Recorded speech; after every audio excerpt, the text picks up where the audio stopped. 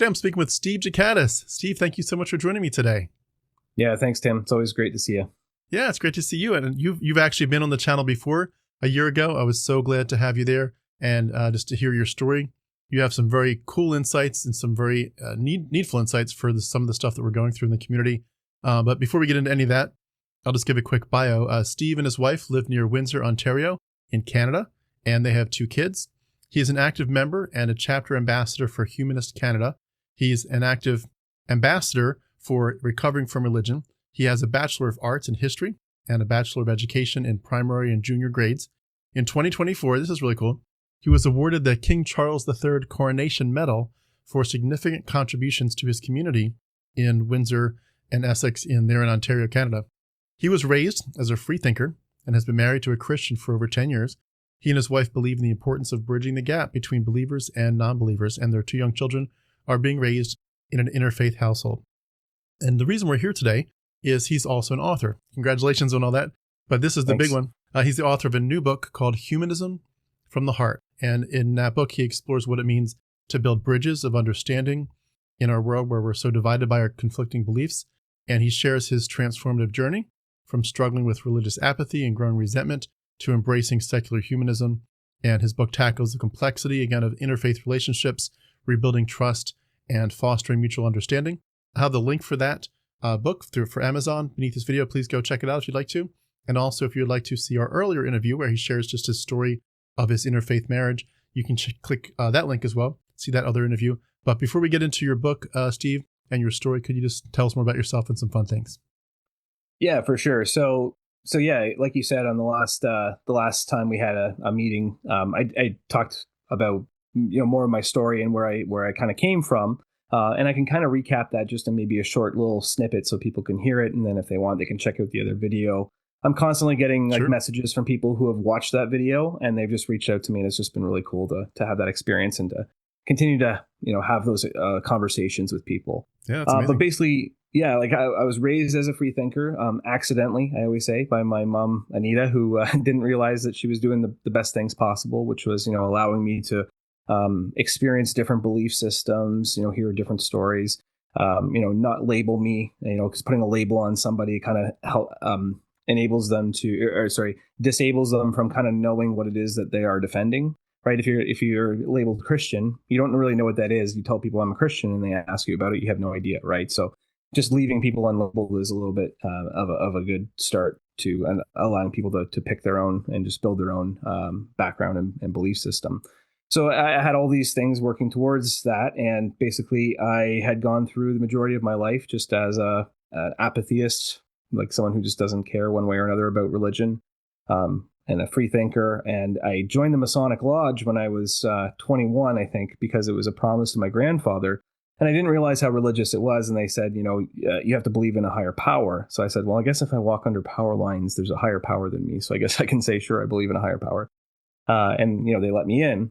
And the first thing they do is when they let you through the door, they pull a sword to your heart and they say, how do you come? And someone says, in your ear, in peace.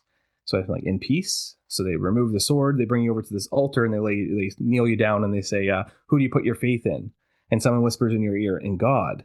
So I was like, in God? With a question mark? And they're like, yeah, he believes in God. And so the Masonic Lodge is kind of inherently religious, but it was kind of cool because I was able to learn a lot of the biblical stories, because that's what all of the different levels of the Masonic Lodge are, is just biblical stories. So there's a way for me to experience that and learn that.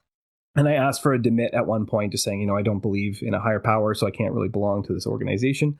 And they sent me a Bible verse in the mail, which is, I think it was from Matthew, but it was basically like, depart from us, brother, we never knew you, or something like that. So just kind of interesting. But at the same time that I was going through the Masonic Lodge, I met my wife, who is a Christian, and she was going to the United Church, and I was going to the United Church with the Masonic Lodge. So I'm kind of like, maybe there's something to this. And it turns out there wasn't, but, I would sit with her in church and I would sit with her family, and I just wasn't feeling, the feelings that everyone was feeling around me. And at our wedding, the reception, her parents said, we're so happy she met a man who believes the exact same thing she does. And I'm like, shoot, I feel like a wolf in sheep's clothing. So I kind of have to come clean here. I went through a really bad, angry atheist phase, just lashing out at everybody about, my dislike of organized religion and all that, because of what I had felt, the pressure. And it was mostly I was mad at myself more than anybody else. And I was looking for ways to find how to have cordial conversations. So I discovered Anthony Magnabosco online, and we talked about him last time, where he does these street epistemology videos where he goes and talks to people and has cordial conversations on the street, asks them about their deeply held beliefs, and they always leave smiling, laughing, shaking hands. So I practiced a lot of those techniques, and I was able to rebuild the bridges that I had burned in my life and with my family, rebuild my marriage. So, wow. I know there's a lot more to that, and we covered some of that in the other interview, but that's amazing. Just what a story. And I think it's such an inspiration to, I should say, it's both an inspiration as well as a bittersweet story for those of us who have gone through the harder parts of that journey. Some people in the community, I'm sure, like me, it's too late. But for some people, they're still working through it. And it isn't just like, people recovering their marriages or not. It's also recovering your relationship with your parents and your siblings and your friends. So really some of these principles, transcend whether or not everyone's marriage has stayed intact. But I'm so glad you're here. We did skip the point where you get to tell us just something totally fun about yourself. So let's take 30 seconds and go to that. Give us some information about you. Like, what do you do for fun or a hobby or something like that? Yeah, well, I think the last time I actually shared that I'm a big fan of Limp Bizkit, which is funny because at the time I think it wasn't as big of a deal, but now they're actually on this huge rise. And what happened though recently is their bass player Sam Rivers died. He had a pulmonary embolism and apparently fell in the toilet and actually died. And it was just a really sad moment for me because I actually spoke to Sam Rivers on the phone once. He put his phone number up on this website called thearmpit.com. It was just like a funny name they had on this website that was like for fans and everything. And he posted his phone number up there and he said, give me a call. So I called him and I was like the first person to get through. And then I think at the time I was like 24 or something. And I'm like, oh, I've been listening to you since I was 11. And, just got to have a really cool conversation with one of my heroes. So that was really fun. And just it's a shame that he died and he was only 48. Wow. Yeah, it is very sad, but it's awesome that you were able to speak with him. Very cool. Yeah. Well, in terms of your story, I mean, obviously the goal of having respect and trying to build bridges is always going to be admirable. For a lot of us, though, it feels like that's next to impossible. And I would say that since you and I last spoke, the politics of this world has certainly made it even more next to impossible. So it feels like I'm asking you to pull a rabbit out of a hat here, but how in the world do people that are opposed, both religiously and now in many ways politically, find common ground? And what does humanism have to do with some of those solutions? Yeah, that's a really good question. And the thing that you're kind of hinting at is that there is no silver bullet to that, right? Like there's no one size fits all. There's no way to have all these conversations. And kind of like you mentioned before, and we mentioned in the last podcast, that it's not a for sure thing that any of this stuff will work. But basically, my motto has been kill them with kindness. And my other motto is don't be a dick. And if you kind of combine those two things, right, where it's like, if someone is treating you like, they're yelling at you or they're, belittling you or something like that, don't stoop to their level, right? If you can just continue to act in a kind and calm and cordial way, a lot of times they'll mirror that back, right? Or they'll look like a dick in front of everybody else. So then they're going to lose their credibility. So it depends on kind of what setting you're in, right? There's times where I am a dick, but it's like I'm in a private setting and I'm basically trying to set someone straight and just be like, hey, you know what? You can't talk to people like that, right? And just come across very, very stern. But in public, especially if you're in a debate or in your some type of symposium or something like that, the best way to do it is just to be cordial and to be kind. The one thing I talk about in my presentations is there's three different things, and it's the very first thing is like a mutual understanding. So if you ask people cordial questions about what their beliefs are, even if it's political or religious, just finding the basis for what their beliefs are and why they believe that, right? Because a lot of times people will say, well, I just want to believe it because I want to feel comfortable, right? I want to believe it because I want to think that there's something after this life. Well, that's totally respectable, right? Like, so at that point, you can develop what is the next step, which is the mutual respect, right? So like if you have that mutual understanding and you kind of understand each other, you can get to that mutual respect. And then once you get to that point and you can respect each other for what your position is, even if you completely disagree with it, right? And there's going to be things too where you can't find that mutual respect because maybe someone is saying something that's completely out of line and you just have to cut yourself from that conversation or cut yourself from that person's life. Even I've had situations in my past where I've had to do that as well. And then the final thing out of this is to get that mutual acceptance. So if you can build the mutual understanding, you build the mutual respect, then you can get to the point where you can mutually accept someone else's stance, even if it's something completely, out of the box for you. And like I said, it's not always going to work. There's going to be times where you just can't find that mutual respect or mutual understanding even to build that. But those are kind of the 3 steps that I kind of talk about in the presentations that I do. When you look at some of the more intense discussions and the intense debates and disagreements, it's usually, from my experience, from the Christian side, it's like, we know we have the truth and we know you're dead wrong, and we're gonna hammer that home today, and so someday you're gonna know it because you're gonna bow your knee and then go to hell. But from the atheist side, or at least even if it's political, where it's not religious, it's just a difference. There's this feeling from a lot of our sides is that the people that are spouting a lot of their beliefs are being hyper abusive, either to us or the community or the world, or for sure to their children with these messages. Some of those seem non-negotiable on both sides. They're not going to give up the Bible's inerrancy, or the fact that you must be saved, or the fact that there is eternal punishment coming for those who don't believe like them. And from our perspective, it's like, I'm not going to call you a good and acceptable, and I'm not going to come to a mutual agreement if you're basically going to be not just difficult or obnoxious, but actually abusive. And I think a lot of that stems from their belief in their God. If you have a psychopathic God, then it's not that far of a stretch to be a psychopathic person yourself. If your God is abusive, why not do it yourself? And that's why we see things like, Gaza happening. But from our perspective, it's hard to find common ground. From their perspective, they just think we're all wackadoodle, and it's obvious to them that God is God and that the Bible is the truth. When you have people that are that polarized and that sometimes that angry, and that at least that strong in their beliefs that they must win this argument, like there is no backing down, there is no mutual, there's no middle ground, there's no, like, you must lose and I must win, because to them, of course, God must win. And from our perspective, rationality and the lack of abuse must win, and basic decency must win. At times, it seems like the goal of building bridges is so admirable, but practically, how do you do it when people are like they're just butting heads on every which level, and also probably deeply offended at different levels as you try to initiate those conversations? Yeah, for sure. So there's 3 different things that I want to mention. So the first thing is, like we said before, it's not always going to happen, right? Mutual is the word that we're looking for. And if there's not respect on one side or understanding on one side, then you're not going to be able to build that triangle, right? So you're going to have to either cut yourself from that conversation and walk away, or just, it depends. It sucks when it's somebody who's like a family member or someone who's a close friend, because you're going to want to find that mutual ground, and it's may not be able to be done.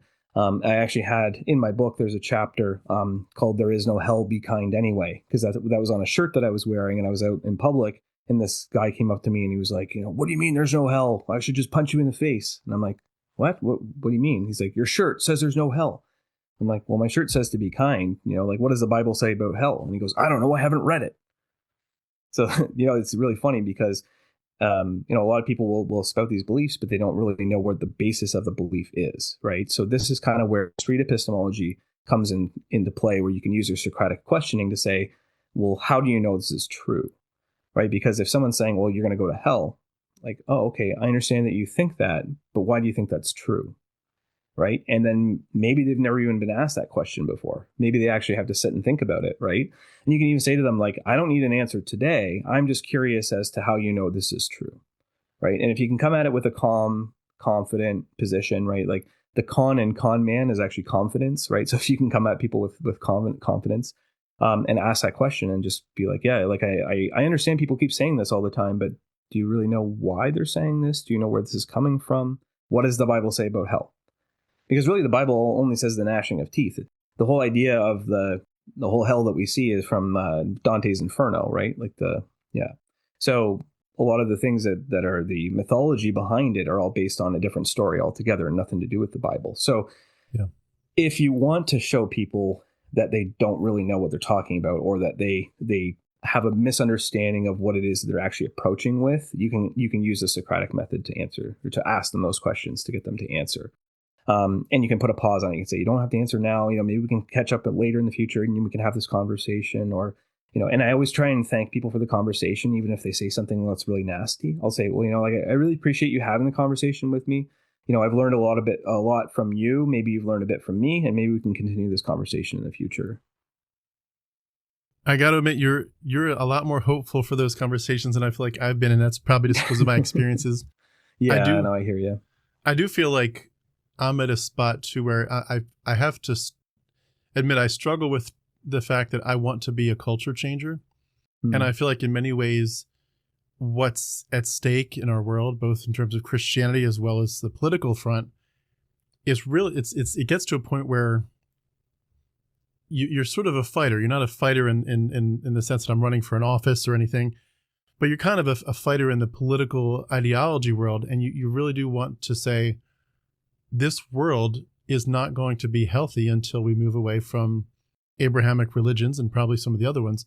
There's no way to lose the toxicity. There's no way for things like what's going on with MAGA and what's going on with Gaza and all that stuff. There's no way that stuff is going to disappear unless religion is lessened. And for the people that are on the other side of that, of course, that's just anathema, and that's verbiage from hell. And right. and of course it's irrelevant, because to them they think they know that God is real.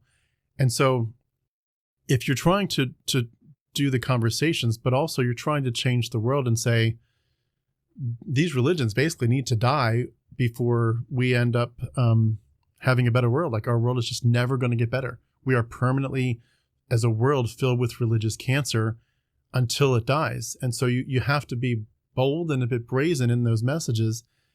And I guess I struggle with how to put them together, because I do want to be, like, especially in the private conversations, if it's just a friend talking to me, we're going to have, a little calm conversation over pizza or something. And it's just, you want to be able to leave still as friends. You don't want to piss each other off right there and start swinging.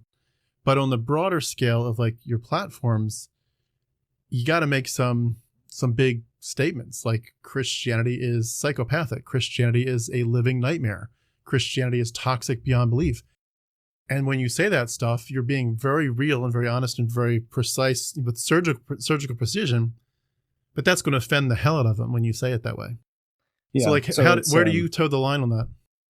Yeah. So there's something called the backfire effect, whereas someone will actually dig their heels in further if you challenge them directly, right? So especially when it's a deeply held belief like this, because a lot of times people's beliefs become part of their personality. So when you are attacking their belief, you can say, well, I'm just attacking the idea of this, but to them, you're attacking them, right? So the best way to bypass all of this stuff is to use the Socratic method, to ask them questions, because when they start questioning it themselves, they may change their mind and they may not change their mind. But the thing is, though, is that you can't change their mind. The only person that can change your mind is you, right? And it's by taking in more information, analyzing that information, and then actually making changes based on that information that you're receiving.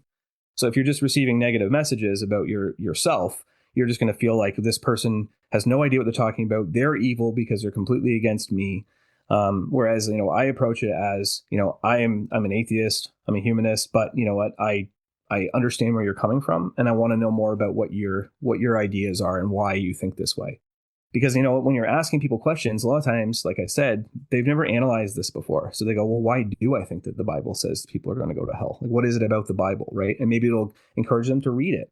And then when they read it, a lot of times people will read it and go, oh yeah, this doesn't really make any sense, because they say like the path to atheism is paved by Bibles read cover to cover, right? So like just encouraging people to look further into their own belief system and actually do the analysis, instead of just being fed what the preacher or the pastor is telling you. It's a better way for people to change their mind and actually have like an effect on their beliefs. And they may not actually come out of their beliefs, but they may say, well, you know what? I now understand that there's people out there that believe differently than me, so I'm going to do everything I can to work together with this person. Because really the only way that we're going to get to a point of mutual respect is if we have that mutual understanding, right? Like if we get to the point where, and the mutual acceptance eventually too, but it's basically if, finding that middle ground, because the middle ground people are who are going to be partnered with, whether they're religious or they're not. There's going to be the extremes on either ends, right? There's extreme atheism, there's extreme religion. We want to be in the middle. We want to meet everybody in the middle so that we can just basically kill off the sides that don't really matter, because in the end, there's never going to be a point where religion is completely gone from society. It's just not going to happen, right? So we just have to think realistically about how we can work with the people that are actually progressive and want the world to be a better place, regardless of what their beliefs are. Yeah, it's a good point. I think it bears repeating that the people that are liberal Christians, even though they still go to church and still whatever, I mean, the people that are willing to go to church but also say homosexuality is not a problem, right, or, just to be affirming, or the people that are willing to, look at some of the aspects of progressive politics, and certainly to get rid of misogyny and patriarchy. And like those people might still go to church and they might still pray. They do their rosary or their religious activities. But you know what? Some of those people are still our allies, because they're at least willing to say the hardest, most aggressive parts of Christianity are not acceptable. They are hurting our world, and they want to create a gentler version of it.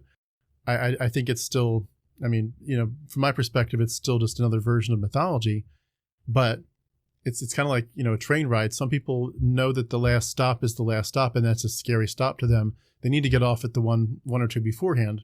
Right. And to them, the very last stop is just, it's a stop that they don't know how to process it because of the terror of what if there really is nothing? What if nihilism is more accurate as a worldview? And so, but they're still our allies, because they're willing to go a lot further than most Christians are. And so I think it's a critical point. And I love that you're making that. You mentioned humanism before, and of course your book is called Humanism from the Heart. What does the messaging of humanism have to do with these conversations? Like, how does that come in and make it a little bit more, soft and palatable to people that are hardcore? Yeah, and I guess humanism can just be summed up as, it's a philosophical worldview that's based on compassion, empathy, kindness, and it's kind of guided by scientific investigation and critical thinking. So I think that just applying those principles to just your worldview in general, especially critical thinking. Critical thinking is one of those things that, everybody could benefit from, and that's why we teach our kids, how to think, not what to think. So just, and my wife actually considers herself now to be a Christian humanist. So actually she values the philosophy of humanism over her dogmatic beliefs, but she still wants to have a tie to her original religious traditions, which, like we talked about, the progressive people, right? So the more that you're exposed, because my wife even told me, like, if she had known that I was an atheist when we first got together, she wouldn't have even given me a second chance, right? But just allowing me to be part of her life for so many years, and just to show her how I can still be a good person and apply the principles of humanism, and then for her to say, wow, these principles are actually kind of better, or at least equal to what it is that I experience. It's changed her over the years, and I feel like if we can all influence someone in our lives to do that, and again, it's not always going to happen, but just being able to influence people in those situations to say, well, you know what, he's an atheist, but he's an amazing person, right? He's an atheist, and all it is he just doesn't believe in a God, right? It doesn't tell you anything else about his worldview. Here, he's a humanist. This is what he believes. And it's happened on numerous occasions that she's vouched for me when it comes to people that are, either in the church or on the street, that are like, oh, your husband's an atheist, and she'll just basically hop into protection mode and tell them all about me, and say, here, read his book if you really want to know more about it. That's awesome. It's interesting. I feel like the tables have really turned on that discussion in the last few months, at least here in the US, because you do have so many Christians that voted for Trump and for MAGA and all this whole political thing. And then they're just willing to destroy so many people's lives and break up families and hurt people and take away their food, and then go to church, of course, and praise God from whom all blessings flow. And it's amazing how, for me at least, a lot of the moral question of like, wait, you're an atheist, so you have no morality. It's really flipped on its head recently, where it's like, wait, you're a Christian, so you have no morality? Like you say you're pro-life, but you're really living like a pro-death person across the board. You're hurting children, and you have no conscience to say this is wrong. It's really interesting to me. I feel like Christians have really lost that leg to stand on in many ways. I know that they would still say, well, just because some Christians mess up on this, that doesn't affect God's standards and the way God is and God's character. But at a certain point, it's pretty much like, no, Christians all over the place are voting actively for some of the most destructive policies on the planet that have ever existed. And, whether you're talking about the US or Israel, and it's just like, all right, you guys, your moral high ground is literally decimated. You have nothing to stand on. You guys are truly much more morally depraved than we atheists have ever been. And it's fascinating to me how that's turned so much. And I think I'm working on a presentation on this topic actually, but I feel like if I were to say my job is effectively to help people escape Bible prison, to escape the mythology of Christianity, I can work on it all day long and I can do, a decent job. But honestly, some of the political stuff is doing my job for me. They're literally helping Christians to be like, wait a second, this is where my belief system leads. Like, wow. And I've seen so many people that they've at least been willing to say evangelicalism is devoid of meaning at this point. They might still cling to God or the Bible in some way, but evangelicalism is like, this is basically a political movement that's based in Christian nationalism and white supremacy. But effectively, as much as some of us decry Trump and MAGA, it's like, he's doing our job for us. I'm not saying I'm grateful he's here, but he's doing our job for us. He's helping people escape Christianity because they can see it's just, the outcome is total garbage. Yeah, and I'm glad you said that because I volunteer with Sunday Assembly in Detroit because they're really close to me across the border there. And there's actually one person, and I know there's more than one person, but this is one person who came up to me and literally said that the reason they started to question their faith was from Trump's first administration, from his first presidency. And I was like, oh, that's very interesting. And I started kind of looking into it to see, what is the messaging that's being pushed out? And yeah, you're exactly right. It's hypocrisy. So it's literally going to push people to irreligion, if anything, or even just a form of, in quotation marks, spiritualism, just people who are spiritual but not religious, whatever that happens to mean. There's a girl by the name of Britt Hartley. I'm not sure if you're aware of her. She has videos online. Yeah, so no nonsense spirituality. So she talks about how a lot of people are, they step out of religion and they don't really have any meaning because they think that nihilism is kind of the way to go at that point. So a lot of times they'll hang on to, religious traditions, or they'll find their own traditions that are, spiritual in quotation marks, to, have these rituals and to have these new traditions or find a way to make life meaningful. Whereas people like you and I, we were able to make our own meaning and purpose from the get-go, right? Once we realize that things are the way they are and reality is reality. But some people, it's just too much for them. So for them to step out and not have anything, you can see why they would step into something like deism or pantheism, where they think everything is God, right? Until they can kind of be more comfortable in understanding that the world is the way it is. And that's why organizations like Recovering from Religion are so important as well, because it's an organization that basically is not there to deconvert anyone, but it can be a shoulder to cry on, or someone to reach over to the phone to and just say, I'm struggling with this. And they can say, it's normal, right? You're going through a normal phase of deconversion, and this is what you're experiencing. And here's some resources for it. But yeah, no, it's exactly right. It's pushing people away. The hypocrisy is running rampant, and that's why you see a rise in nuns, people who declare no religion, no religious affiliation, and it's just going to keep continuing to grow. It's not going to be the fastest growing, because I think the fastest growing is Islam, because they're having so many children, and it's one of the hardest religions to escape from, because a lot of times, especially in the Middle East, you can be executed for not believing your family's religion, right? So, lack of religion is probably the fastest growing in the West. But overall in the world, I think the fastest growing probably at this point is Islam. Yeah. It's interesting. I've always thought, just from the psychological perspective, it's so weird how, going back for a second to the Trump and MAGA stuff, that a lot of people, whether it's political or just interpersonal relationships, they don't realize that the things that they want, they're literally working against. And I'm sure we all do it. I'm sure I've done it at some point, no doubt. Like, we all do it. Like, we think this is the way. I mean, even to something as simple as like parenting your kids.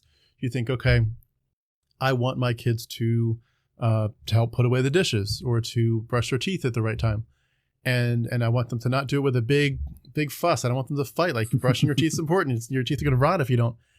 And yet, they get distracted. They want to play the video game a little longer, and there becomes an issue. And you realize as a parent, I'm just using this as an example, but you realize as a parent that, the way to get them to do the right thing is not to yell at them. It's certainly not to hit them.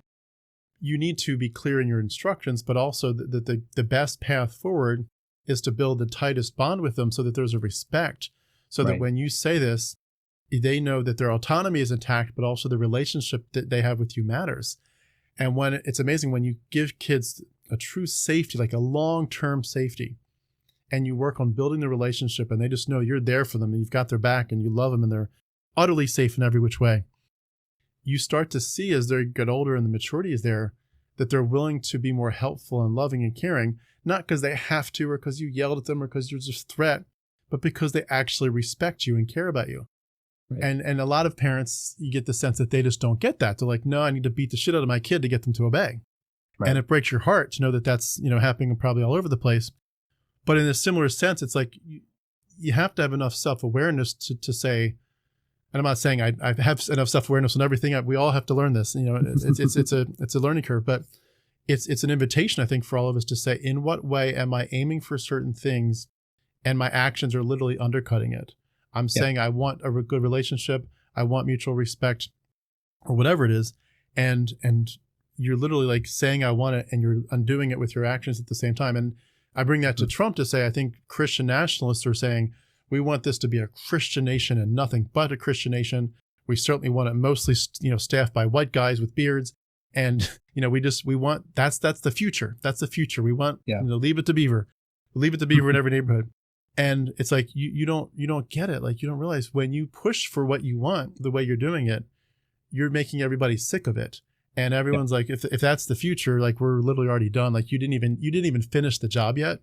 And, looking at the calendar, and on this interview, he's not even a year into his presidency and everyone's sick of him already. And it's like, yeah, you might do more damage over the next 3 years, but if we're already sick of you after 3 to 6 months, like you really think it's going to get better just because you've got more time to work on being an asshole.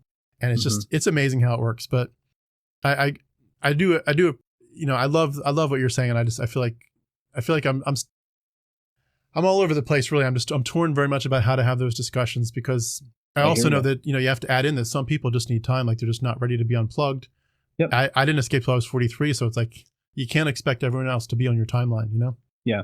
And I'm 39. So if I was in your shoes, I'd still be a Christian. Right. So it's true. It's like, it takes time. People are at different parts of their journey at all times. Right. You never know where somebody's at. The other thing too, is that you can be talking to somebody and they can come across as a staunch Christian, but maybe underneath they're actually an atheist and they're just pretending. Right. Because I actually pretended to be religious to go with the flow for my family, for my wife and her family, for the majority of our beginning of our relationship. Right. So a lot of it was built on kind of a lie because I was not a Christian, but pretending to be a Christian. But going back to what you were saying there, I do have kind of a chapter in my book talking about that as well with kids. It's like, if you're going to pressure them to say like, I don't want you going to church and I don't want you to be this and you need to be an atheist and that type of thing. You're putting a lot of pressure on them. You're putting a lot of like labels and constraints on them that they're just going to push back at one point, right? Because that's one of the things about children is that they're going to get to a point where they are going to want to identify in a different way from their parents. And if you're putting all this pressure and time and effort on trying to make them into something that you want them to be, they're just going to have an explosion and push back as much as possible. So, I talk about in my book that the best thing you can do is just allow them to explore and to use curiosity. Curiosity is one of the best things for developing minds, because if they're curious about asking, like, oh, what goes on in the church? Well, why don't you go in there and check it out, right? Or what goes on in the mosque? Why those people have these weird face coverings? Oh, well, that's called a hijab, and that's she's a Muslim. She actually believes that a man by the name of Muhammad was a spokesperson for God, right? And that type of thing. Just give them all the information up front. Let them explore. Let them see that all these different cultures and beliefs are there, and then they can kind of form their own and say like, well, these all seem like stories or maybe mythology. Maybe I'm just going to withhold my belief on this until anything can be proven with evidence. And the one thing I mentioned in my book as well, I have this chapter, and it's like the 10 kind of do's and don'ts of being, a parent. And it's kind of like a play on the whole 10 Commandments thing, but it's also kind of like if I were a God, these are the things that I would actually do, and these are the things I wouldn't do. And at the end, I basically say that uh, unconditional love shouldn't have any conditions on it. So if there's conditions on the love, like you must love me or else, then it's not unconditional. Yeah, that's a great point. Very good point. I love how you're able to, like, all the things you're talking about, you're literally living them out in the way you raise your kids and the way you have your marriage. It's just so critical, and you're definitely walking talking the talk and walking the walk, as they say. And it's not always easy, right? Like there's a lot of times where I go, oh, am I making the right choice here, right? Because there's different conversations that come up, and sometimes they'll say something that maybe is a little bit more backhanded than it should be. And then I go, ooh, was I a little bit harsh there? Or, should I have treaded a little bit more carefully? Or other times where I'm like, I'm going to say something that I feel like maybe is a little bit more too lenient. And I'm like, oh, maybe I should have made it a bit more like giving them the full understanding of, that this belief or whatever is harmful, as opposed to just letting it go. But it's all an experiment, right? Like we don't know what the right answer is. And I think that just over time, allowing them to have that freedom to choose and to pick what they find valuable from all these different belief systems and whatever is going to do more good than harm overall. Yeah. And I love to I know you said this before in the first interview, and you said it briefly a minute ago, but just giving kids that freedom. I do the same thing with my kids. They're at this point, they don't believe anything. I would say they're probably fairly aligned with my worldview, but I've always said, you don't have to believe like daddy. I go out of my way to say, you don't have to see the world like daddy. Yeah. And that's, I think, such a critical gift. Things along the lines of, and this comes directly from Dale McGowan in his book, Parenting Beyond Belief. He says, regardless of what you believe, I'll love you no less. Right. Because then just giving them the idea that they're free to do whatever, and you're still going to love them no matter what. Right. Just gives them that confidence, and that I would say that's unconditional love, basically. You know what I mean? So. Yeah. It must, just to go on a quick rabbit trail here, it must be such an incredible and oppressive thought for Christians to think that their own kids are in danger of hellfire if they don't believe like them.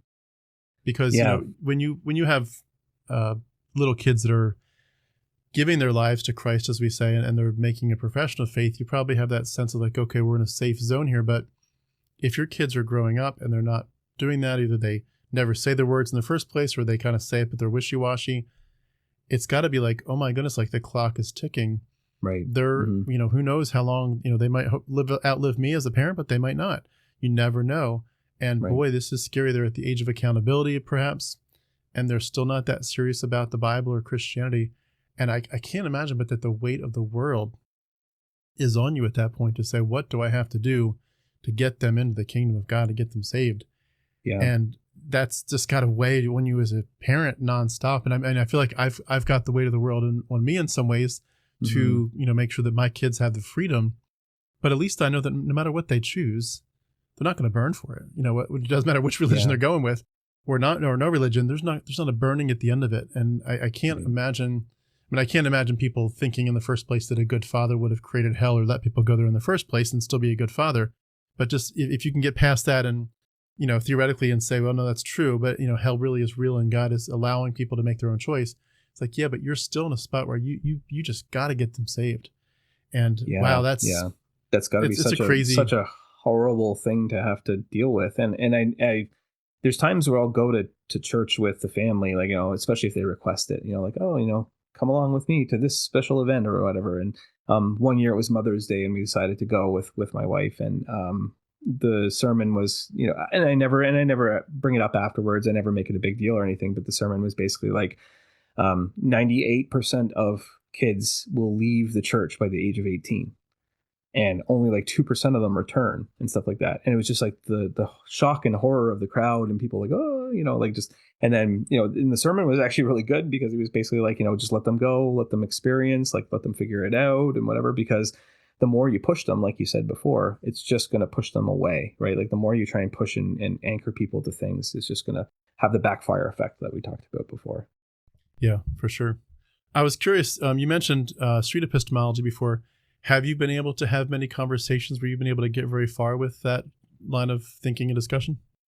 I have, for sure. And it's mostly been like friends and family. I haven't really stood on the corner and talked to anybody about their deeply held beliefs, because to me, it's not really about the wider circle at this point. What I'm trying to focus on is just basically my inner circle, and then having that reverberate out, and just to be able to have those cordial conversations, and then enable those people to go and have cordial conversations.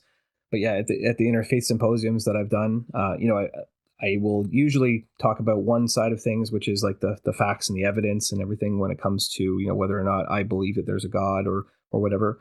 And the other thing I happen to talk about a lot is the personal connection that people have to their beliefs and their traditions, and how that's an important thing for people. So I kind of have like a duality going on stage. So a lot of times people won't know how to approach it, because they'll say, well, I know you said this about God, but at the same time you said that it's okay if I believe in God, right? And then it's kind of like a cool conversation starter. And then from there, I can ask more questions, or even just share some of my own insights and thoughts. Yeah, I love it. One thing I just wanted to add, and I'd love your thoughts on this too, is I feel like when you're a Christian and you're really especially a fundamentalist, and then you escape, one of the best things you can do on the other side of it after you've gotten regrounded is to actually apologize. I mean, when you think about the worldview, I mean, there's some extremists who would say things that you really need to apologize for, but such as, you're a gay person, therefore God literally hates you and you're basically better off dead because you're going to hell soon. But even taking away some of the advanced hatred stuff that they say, just stuff like, there's a God who can see in your head and he's constantly judging you, and you were born in sin, you're born wicked, and because you're a child of Adam and Eve, and you're basically born judged and you're born deserving punishment. And basically your life is worthless apart from God redeeming you. You're basically like a slave on the slave block of sin. And until God comes along and says, I'll buy that slave, till that happens, you're pretty much a nobody. And it's amazing just and a million other things we could dig into, but all the little things that are stated directly and implied by that worldview are so toxic. And I think it's an amazing thing for people that have escaped it to say to the people, at least that they can say it to, I'm really sorry. I was duped too. I was deceived. I was the sucker in the room. Mm-hmm. But at a certain point, I chose actively to pass it on. Yeah. And, just like, if somebody gives you drugs and you say, no, thank you, you're making a good choice. But if you say, yeah, sure, I'll take some, that's one thing. But if you say, sure, I'll take some, and then you become a drug dealer and pass them on, like there's degrees of how bad you did this. And for a lot of us, we were duped so badly that we believed that we had to pass it on. Yeah. And I've been able to apologize to a few people, and it's a beautiful thing, but I think it does something, whether people listen to you, and most Christians wouldn't want to hear that anyway. They'd be like, what are you apologizing for? That's ridiculous. But to at least say it in your head, to say, I was wrong. I was culpable this is a system of oppression and control and patriarchy. And I was a part of it, and I had a choice, and I made a direct choice to perpetuate the myth and to perpetuate the toxicity and abuse. And now that I see it, like, holy shit, how the hell did I let this get this far?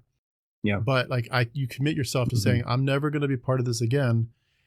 And I don't know, I feel like for those on the other side of this, where they're perhaps we are doing this street epistemology kind of conversations, and we do get to a point where they're like, yeah, you're right. And this is crazy. Like, you're right. There's more to this religion than I thought. And they're willing to cross over. Those people, in a sense, become so powerful because they know how the sausage is made. If it's like, if you can build the church, if you're one of the people that built it up, then you also know how to build it down.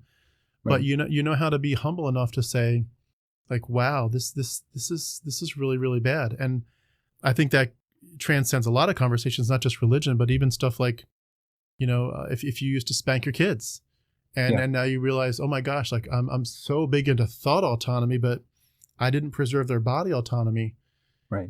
And now I say, okay, gentle parenting or a path like that is appropriate. I need to stop spanking my kids. And at that point, you're making a good choice, but you can also at some point say to your kids, there's a reason that this is stopped. And I was wrong to do it in the first place. And I encourage you to think about not doing it to your kids when you're an adult. Yeah. There's a reason that this had to change. And the ability to eat crow, in a sense, at that point is, I think, a big piece of it. It's been a healing thing for me, even though you have to swallow your pride to get there.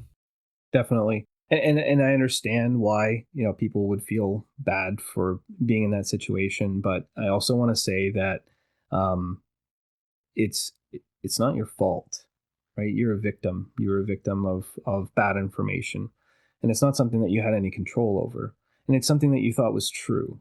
And I talk to people about this all the time when I answer calls for recovering from religion, because I get a lot of people calling and saying that how bad they feel that they were converting people to a different religion, whether it's Christianity, Islam, whatever. And I just say, forgive yourself. This is not something that you did willingly. This is something that you were duped into doing, right? It's something that you were coerced into doing, and because you thought it was the right thing. So it's not your fault, and you're not alone. And that's the one thing we always say to people all the time: you're not alone in this. This is something that happens to a lot of people, and it does get better, especially when you have the ability to say, I was wrong, and I'm going to spend the rest of my life trying to rectify that, right? So I think it's very admirable that you do say that, but at the same time, I want to say that it's not your fault. Yeah, absolutely. It's a good point. And I will admit too, there's some much worse things out there. I'm so glad I did not grow up in white supremacy or some of these other things. Imagine growing up in the early years of Nazi Germany and growing up thinking all that was good. I'm sure there's some crazy stories out there, but definitely I think it's true. We got to forgive ourselves for what we didn't know. As to quote Jesus, forgive them, Father, they don't know what they do. Yeah. And the thing is too, is like it goes to show that the universe really is neutral to us, right? We're kind of, going through and figuring out what works and what doesn't work. And it's just a long, painful process. And Maya Angelou, she says, do the best you can until you know better. And then when you know better, you do better. And I always try and keep that in the back of my mind that, I may not be completely correct here, but I'm doing the best I can. And if I find out more information that's going to align with, something better than that, I'm going to continue to do that. I'm going to find out what that is and do it. Yeah, I love it. Great stuff.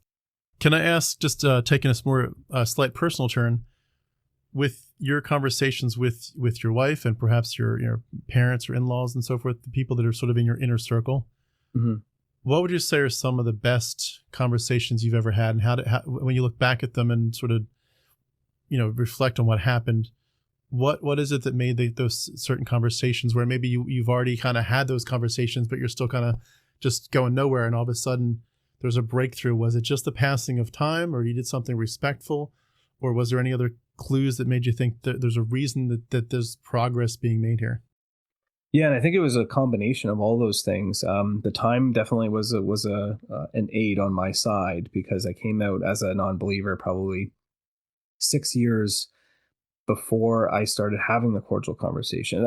Maybe not. Maybe it was kind of like I don't know. I'm trying to remember the timeline. Maybe it was like 3 years or so. But basically what I did in the meantime, when I came out as a non-believer and people were kind of still not accepting me for who I was, and I was going through this angry atheist phase, and I found Anthony Magnabosco, I found Dale McGowan, I found Recovering from Religion, and I started volunteering with Recovering from Religion, and I started having cordial conversations with people on the phone who were not my friends and family, and just kind of building up those skills. And it was about a 2-year period before I even told my wife that I was volunteering for Recovering from Religion. It was during the pandemic, and I had a lot of free time, and she had no idea that I was doing this, because I was doing it kind of in secret, because the name Recovering from Religion sounds a lot more harsh than it really is, right? And I was like, I need to find a way to tell her, but I don't know how to tell her. And at the same time, I was developing my Humanist Canada group that I have locally in Windsor. And, I was buying shirts or making shirts that said, like, they're, one of them was humanist because all we have is each other, right? And I was trying to hide the shirts from her, because I'm like, I don't want her to see this, because I don't want to offend her. I don't want to make it a big deal. And then, she would see shirts like that, and she'd be like, well, what is humanist? Like, what is humanism? And then I would be like, oh, well, it's actually just a philosophy, about compassion and that type of thing. And she'd be like, okay, I kind of like that. It was just kind of slow, small introductions to things and not pushing the issue. And then when it came to time to have the conversations, I came to the point where I just said to her, like, I'm not actively against religion. I'm not actively against your belief system. I just don't happen to believe it. And I just want people to understand that there are people out there that don't believe, and we're still good people. And that really, like, she didn't answer, right? Like, it took a few days for her to come back to me and say, like, I kind of see where you're coming from now. But having just as small snippets of conversations, which is almost like what they call putting a pebble in someone's shoe, right? Like having just a small conversation, don't let it get to the point where it's going to get heated, because if you keep talking back and forth for a long time, it will explode, right? And then a lot of the things will be forgotten. Whereas if you have smaller conversations and you say like one or two lines that you know are going to get across and they'll stick, those ones are the ones that do stick. And now when she tells people things, she goes, well, he's not anti-religious. He just doesn't believe it. And, there's people that don't believe, in Allah, like myself. I believe in Yahweh or whatever, I mean? There's just, there's a difference, and she knows that. And those conversations were the things that really hit it off, was just those one or two little snippets, throughout like a 1 week, 2 week, 3 week period. And then just kind of sprinkle things in here and there. And then just offer to say like, hey, are you wanting to go to church this Sunday? Like I can take the kids and go do something else or whatever. Just being helpful and trying to encourage them to continue doing what it is that they want to do in their religious life. That's awesome. Yeah, and I think just looking at it from a child's perspective, having that freedom and not the restrictions of it all, if you must go this path and you must think like me, that's just such a beautiful gift. I think it's one of the best gifts that we can give to kids, is just the thought autonomy and the freedom and the lack of threats. It's a whole different world from what I grew up with, but it's one of the most beautiful things. And I'm so glad that, a lot of us are doing that for our kids, and hopefully they can, pass it on.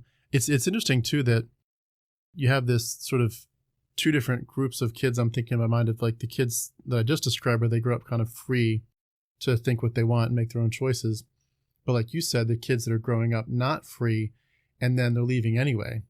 Mm-hmm. And it's so interesting how you I think as an atheist, and in my case, sort of an activist atheist, it feels discouraging that, you see these families having, many, many, many kids with the specific goal of outbreeding and outvoting the pagans. But then it's like, there's something about humanity that just a lot of us at least, we eventually see past a lot of the bullshit. And even people that grew up in fundamentalism, and maybe even especially kids that grew up in fundamentalism, a lot of them see it, and it's like they're going to escape anyway. And sometimes it feels kind of hopeless. I'm sure some Christians feel hopeless about the Muslims are having so many kids are going to outvote us eventually. Atheists might feel the same way about both groups, and just be like, this is crazy. Like, why can't we make a difference? But I think of this time in our human history a lot as like growing pains. Mm-hmm. And like we're at that stage of being early teenagers, and your hormones are going crazy. You don't know what to think.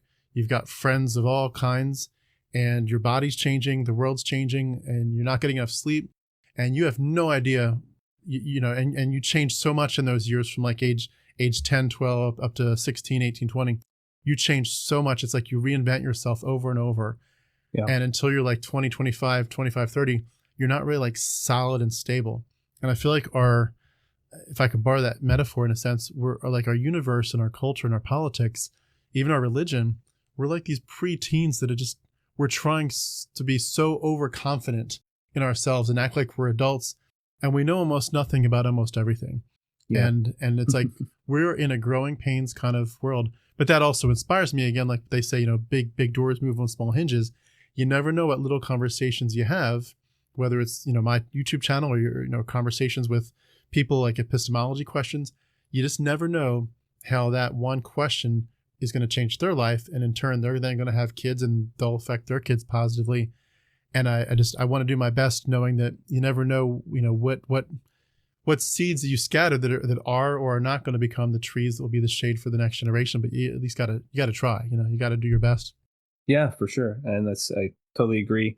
And that's why religious neutrality is important. Like what you were saying there about, the Muslims eventually outvoting the Christians. It's like the Christians are not going to want that, right? So like everyone should be fighting for the separation of church and state, or the separation of religion and government, because, you don't know which religion is going to be the one in charge that's going to be telling you what you can and can't do, right? So just having like secularism as like a government policy, it seems to be the best way to go. In Canada, that's what we have. It's a secularist government, so we don't have any religious, connotations to any of the government policies or anything like that. It's very plural here.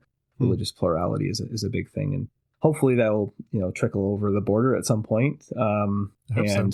Yeah, and it's funny because the States kind of started out that way, and it's funny how it's kind of gone the opposite direction. But yeah, really it's important for us to remember that we do have allies on the other side as well, because when it does come to the point where there's going to be people making decisions for us based on their beliefs, there'll be other people to fight alongside us to say, no, this is not correct. Yeah, well said. Let's fight the good fight. Let's keep making these waves. Hopefully, we'll make a difference. Well, Yeah, I appreciate definitely. your story, your example. It's so good.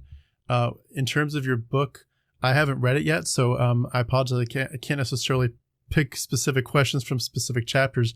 But is there anything that we didn't cover that's in the book that you wanted to bring up before we bring it to a close today? Sure. So I actually call it a memoir with a twist. So it's a lot about my life, and basically starting from when I was a young child and kind of going through different stages, and kind of what we mentioned there about, you think that you're so confident in certain things and whatever. And basically it was all these different scenarios that happened in my life where I was approached by religion in one way or another, and how I handled it, and how, you can handle things in those certain scenarios, and going forward, how to take care of those type of conversations, and what to think in certain scenarios. And there's a lot of different things just sprinkled throughout, a lot of like comedy, a lot of like heart is in it. So I think people will really like it. And the one thing I do want to mention too is that if anyone does want like an e-copy of it, if they make a donation to you, Tim, through your PayPal, I will send them, if they send me an email with like a receipt saying that they've sent you a PayPal, any amount, doesn't matter, I will send them a free ebook copy of it. Well, thank you so much. That's awesome. Yeah. I really appreciate that. Appreciate that for them. Appreciate that for me. Thank you Awesome. so very much. Well, I just love it. I can't wait to hear your next book. Do you have any books on the radar for after this one? Yeah, so I'm thinking about a sequel for probably quite a few years from now. I kind of want to see where my kids go when they grow up, and then maybe base it on that. I was going to make it called Humanism at Hand, Practical Principles for Peaceful Partnerships. But I do want to see how things progress in the next like 5 to 10 years before I put that out. So it's not going to be anytime soon. Gotcha. And I've got a lot of things on my plate right now. So I think that's probably, I'm kind of, I don't want to say writer's block, but I'm kind of at the point where I just don't really feel like writing anything right now. Yeah, I hear you. Sometimes you have to take a break to get the ideas churning again. Yeah. Well, I'm so glad for what you're doing. You're a great example. You have great insights, and I really appreciate it. But I do want to encourage everyone here as we wrap up to go check out a couple of things. Check out his Amazon page for the book. Go buy it, and or again, if you want to support me first, and then we'll get it through the ebook version. Also check out his earlier interview on my channel, and also have the link for Recovering from Religion that I myself called them when I first escaped Christianity. Yeah. I only called a few times. Some people call a couple times. Some people call probably many times. But however many times you need to call, you all are great. It doesn't matter what time zone you're in. They'll figure out someone that's in the right time zone who can call you. Yeah. For whatever time you want to be called, day or night. And they'll keep it very, very anonymous and private. And they won't pressure you. They'll just be there to support you. They did a great job with me. They weren't even telling me, like, yeah, you're right, get out of Christianity. They were just giving a platform to talk through some of the most painful parts of this and the scary parts of it. And, they're not there to tell you need to be an atheist. They're not telling you to be anything. They're just telling you that they've been through some of these journeys, and they understand that there's a lot of hard questions to answer, and that there's a lot of things at stake at that point. And a lot of people are going to be afraid of shunning or worse. And, there's a lot of people in that spot that are very lonely, and they just need to know that there's a community out there that cares for them. And I think we could argue that Recovering from Religion is a very, very good starting point for that new community. Absolutely. And then going beyond that, if you can find either an Oasis or a Sunday Assembly near you, I know there's one in Atlanta, I believe, as well, right? So lots of places that are, local to you that would be able to provide that community that you're looking for if you're now a secular person, either atheist, humanist, agnostic, whatever you want to label yourself. There is a community out there for you. That's awesome. I'm going to make a prediction, and I'm probably going to be wrong, but I'm going to predict that you are, in addition to writing more books, you're either going to become a therapist or a YouTuber someday. We'll have to revisit this someday and see if I was right about that. Either of those would be awesome. Yeah. Well, thank you so much again, Steve. We've been speaking, everybody, with Steve Ghikadis. Steve, always good to talk to you. Thank you so much for your insights and your wisdom and your story. We'll do it again sometime, I'm sure, but have a wonderful day today. Awesome. Thanks so much for having me. See you. Thank you. Bye-bye.